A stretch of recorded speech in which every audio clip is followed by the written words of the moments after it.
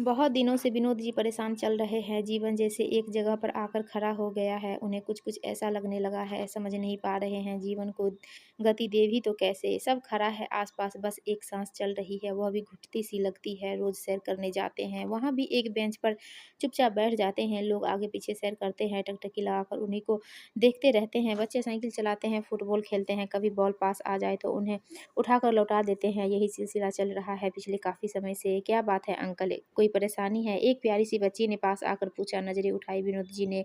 यह तो वही प्यारी-सी बच्ची है जिसे पिछले साल भर के अंतराल से देख रहे हैं। इसी पार्क में न जाने कितनी सैर करती है। शायद सैर पट्टी पर 25-30 चक्कर लगाती है। काफ़ी मोटी थी पहले, अब छरहरी हो गई है। बहुत सुंदर है। अक्सर सैर करने वाले की नज़र इसी पर रहती है। सुंदरता सदा सुख का सम्मान होती है।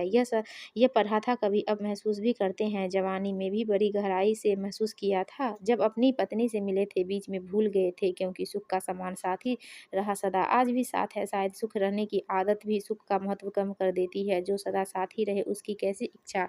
इस बच्ची पर हर युवा की नज़र पड़ती देखते हैं तो फिर से याद आती है एक भोली बिसरी सी कहानी। जब वे भी जवान थे और सगाई के बाद अपनी पत्नी होने वाली पत्नी की एक झलक पाने के लिए उनके कॉलेज में छुट्टी होने के समय पहुंच जाया करते थे। अंकल क्या बात है, आप परेशान हैं? पास बैठ गई वह बच्ची, उनकी बाह पर हाथ रखा। तनिक चौंके विनोद जी। नहीं तो बेटा, ऐसा तो कुछ नहीं। कुछ तो है, कई दिन से देख रही हूँ आप सैर करने तो आते हैं लेकिन सैर करते नहीं। चुप रहे विनोद जी, हल्का सा मुस्कुरा दिए। बड़ी बड़ी आंखों में सवाल था और होठों पर प्यारी सी मुस्कान। घर में तो सब ठीक है ना? कुछ तो है, बताइए ना। मुस्कुराहट आ गई विनोद जी के होठों पर। आपको तो कहीं ऐसा तो नहीं लग रहा कि मैं आपकी किसी व्यक्तिगत समस्या में दखल दे रही हूँ? वैसे ऐसा लगना लगना तो नहीं चाहिए क्योंकि आपने भी एक दिन मेरी व्यक्तिगत समस्या में हस्तक्षेप किया था। मैंने बुरा नहीं माना था। वास्तव में बहुत बड़ा अच्छा लगा था मुझे। मैंने कब हस्तक्षेप किया था? विनोद जी के होठों से निकल गया। कुछ याद करने का प्रयास किया, कुछ भी याद नहीं आया।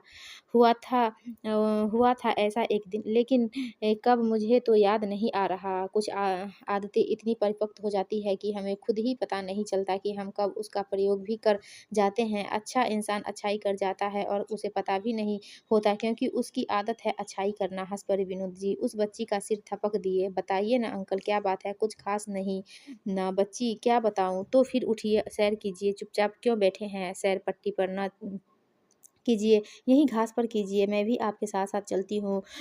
उठ पड़े विनोद जी। वह भी साथ-साथ चलने लगी, बातें करने लगी, एक-दूसरे के विषय में जानने लगे। पता चला उसके पिता अच्छी नौकरी से रिटायर हुए हैं। एक बहन है जिसकी शादी हो चुकी है। तुम्हारा नाम क्या है बच्चे? रानी। बड़ी अच्छी बातें करती हो रानी, बड़ी समझदारी से हर बात का विश्लेषण भी कर जाती। अच्छी कंपनी में काम करती। बहुत मोटी थी पहले, अब छरहरी लगती है। धीरे-धीरे वह विनोद जी को बैठे रहने ही न देती, सैर करने के लिए पीछे पड़ जाती। इसलिए आइए अंकल उठिए, बैठना नहीं है, सैर कीजिए, आइए, आइए। उसका इशारा होता और विनोद जी उठ पड़ते, उस से बातें करते। एक दिन सहसा पूछा विनोद जी ने, "एक बात तो बताना बेटा, ज़रा समझाओ मुझे। इंसान संसार में आया, बच्चे से जवान हुआ, शादी-ब्याह हुआ, बच्चे हुए, उन्हें पाल-पोस कर बड़ा किया, उनकी भी शादियाँ की, वे अपनी-अपनी ज़िंदगी में रच बस गए। इसके बाद अब और क्या? क्या अब उसे चले नहीं जाना चाहिए?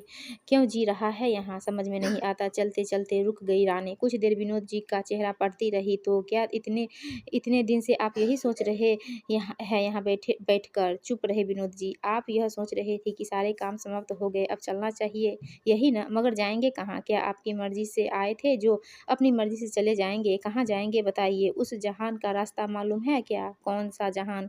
वही जहाँ आप और मेरे पापा भी चले जाना चाहते हैं। ना जाने कब से बोरिया बिस्तर बाँध कर तैयार बैठे हैं, मानो टिकट हाथ में है। जैसे ही गाड़ी आएगी लपक कर चढ़ जाएँगे, बिना बुलाए ही चले जाएँगे। क्या सुना है यमराज जी आते हैं लेने, जब आएँगे चले जाना शान से। अब उन साहब के इंतज़ार के समय क्यों बर्बाद करना? चैन से जीना नहीं आता क्या? चैन से कैसे जिए? चैन से जिए मतलब सुबह उठिए, अखबार साथ, एक कप चाय पीजिए, नाश्ता कीजिए। अपना समय है ना, रिटायरमेंट गिफ्ट के बाद कोई बंधन नहीं, सारी उम्र मेहनत की है, अब चैन से जीना आपका अधिकार है ना, चैन से जीना आता ही नहीं, क्या परेशानी है? अपने पापा को भी इसी तरह डाँटती हो? तो क्या करूँ? जब देखो ऐसे ही उदासी भरी बातें करते रहते हैं। अब मेरी मम्मी तो है नहीं जो उन्हें समझाए। क्षण भर को चौंक गए विनोद जी, सोचने लगे कि उनके पास पत्नी का साथ तो है, लेकिन उनका सुख भी गँवा रहे हैं वे। रानी के पिता के पास तो वह सहारा भी नहीं है। चलिए, कल इतवार है, आप हमारे घर पर आइए, बैठकर गपशप करेंगे। अपने घर का पता बताइए। पता बताया विनोद जी ने। फिर अवाक रहने के अलावा कुछ नहीं सूझा। उनका फ्लैट नंबर 15 और इनका 2 घरों के पिछली दीवार मिलती है। एक कड़वी सी हंसी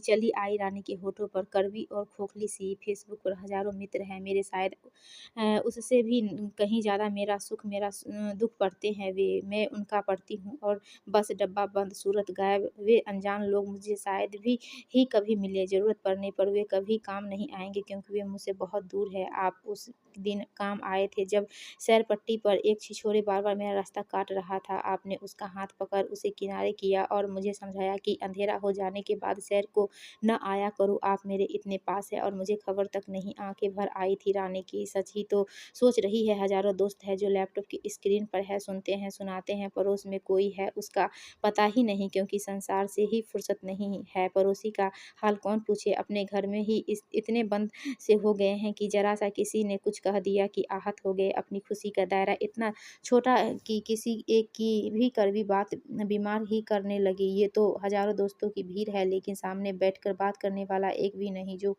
कभी गले लगाकर सुरक्षात्मक भाव प्रदान कर सके। यदि उसे यही बातें उदास करती है मुझे। रानी की पीढ़ी ज़िंदा इंसान के कितनी दूरी होती जा रही है। सारे संसार की खबर रखते हैं, लेकिन हमारे पड़ोस में कौन है नहीं जानते। हमारे साथ वाले घर में कौन रहता है पता ही नहीं। हमें अमेरिका में क्या हो रहा है पता न चले तो स्वयं को पिछड़ा हुआ मानते हैं। हज़ारों मील पर पार क्या है जानने की इच्छा है हमें। पड़ोसी 4 दिन से नज़र नहीं आया, हमें फ़िक्र नहीं होती, और जब पता चलता है हफ्ते भर से कि मरा पड़ा है, तो हमारे चेहरे पर दुःख के भाव भी नहीं आते। हम कितने संवेदनहीन, यही सोचकर उदास होने लगा हूँ। अपने बच्चों को इतना डरा कर रखते हैं कि किसी से बात नहीं करने देते, आस-पड़ोस में कहीं आना-जाना नहीं।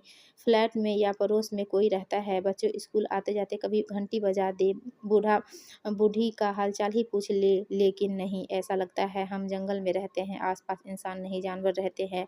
हर इंसान डरा हुआ अपने ही खोल में बंद। कहते-कहते चुप हो गए विनोद जी। उनका ज़माना कितना अच्छा था, सबसे आशीर्वाद लेते थे, सबकी दुआएँ मिलती थी। आज ऐसा लगता है सदियों हो गई किसी को आशीर्वाद नहीं दिया। जो उन्हें विरासत में मिला उनका भी जी चाहता है उसे आने वाली पीढ़ी को परोसे, मगर कैसे परोसे? कोई कभी पास तो आए, इज़्ज़त से झुके, सम्मान की से पेश आए, तो मन की गहराई से दुआ निकलती है। आज दुआ देने वाले हाथ तो हैं, ऐसा लगता है दुआ लेना ही हमने नहीं सिखाया अपने बच्चों को। अंकल चलिए आज मेरे साथ मेरे घर में, आंटी जी को लेकर आऊँगी, रात का खाना हम साथ खाएँगे, आज तुम आओ बच्चे, तुम्हारी आंटी ने सरसों का साग बनाया है, कह रही थी। बच्चे दूर है, अकेले खाने का मज़ा नहीं आएगा। भीग उठी थी रानी की पलकें। करीब घंटे के भर बाद रानी अपने पिता के साथ विनोद जी के फ्लैट के बाहर खड़ी थी। विनोद जी की पत्नी ने दरवाज़ा खोला, सामने रानी को देखा। अरे आप यहाँ! एक सुखद आश्चर्य और मिला रानी को। इस इतवार जब वह मंडी सब्ज़ी लेने जाती है, तब इनसे ही तो मुलाकात होती है। अक्सर दोनों की आँखें भी मिलती है और कुछ भाव प्रकट होते हैं, जैसे वह जान-पहचान सी लगती है। तुम जानती हो क्या रेखा को? आते-आते पूछा विनोद जी ने। चारों आमने-सामने।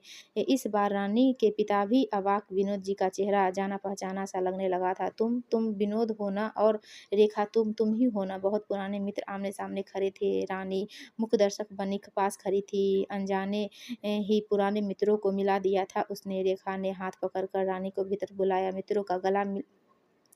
मित्रों का गले मिलना संपन्न हुआ, और मक्की की रोटी के साथ सरसों का साग उस दिन ज़्यादा ही स्वादिष्ट लगा। देखिए ना आंटी, आपका इस ब्लॉक में और हमारा उस ब्लॉक में 1 साल हो गए हमें यहाँ आए। आप तो शायद पिछले 4 साल से यहाँ हैं, कभी मुलाकात ही नहीं हुई। यही तो आज की पीढ़ी को मिल रहा है बेटा, अकेलापन और अवसाद। मशीनों से घिर गए हैं हम। जो समय बचता है उसमें टीवी देखते हैं या लैपटॉप पर दुनिया से जुड़े जाते हैं। इंसानों को पढ़ना अब आता किसे है, न तुम किसी को पढ़ते हो, न कोई तुम्हें पढ़ता है। भावना तो आज अर्थहीन है, भावुक मनुष्य तो मूर्ख है। आज के युग में फिर सिकवा कैसा, अपनत्व और स्नेह अगर आज दोगे तो नहीं तो कल पाओगे कैसे? यह तो प्रकृति का नियम है, जो आज परोसोगे वही कल पाओगे। चुपचाप सुनती रही रानी, सच ही तो कह रही है रेखा आंटी। नई पीढ़ी को यदि अपना आने वाला कल सुखद और मीठा बनाना है तो यही सुख और मिठास आज परोसना ही पड़ेगा, वरना वह दिन दूर नहीं जब हमारे आसपास मात्र मशीनें होंगी। चलती फिरती मशीनें, मानवीय रोबोट, मात्र रोबोट। रेखा आंटी बड़ी प्यारी, बड़ी ममतामयी सी लगी रानी को, मानो सदियों से जानती हों वे इन्हें। दोस्तों, आपको यह कहानी अच्छी लगी तो प्लीज़ वीडियो को लाइक कीजिए और हमारे चैनल को सब्सक्राइब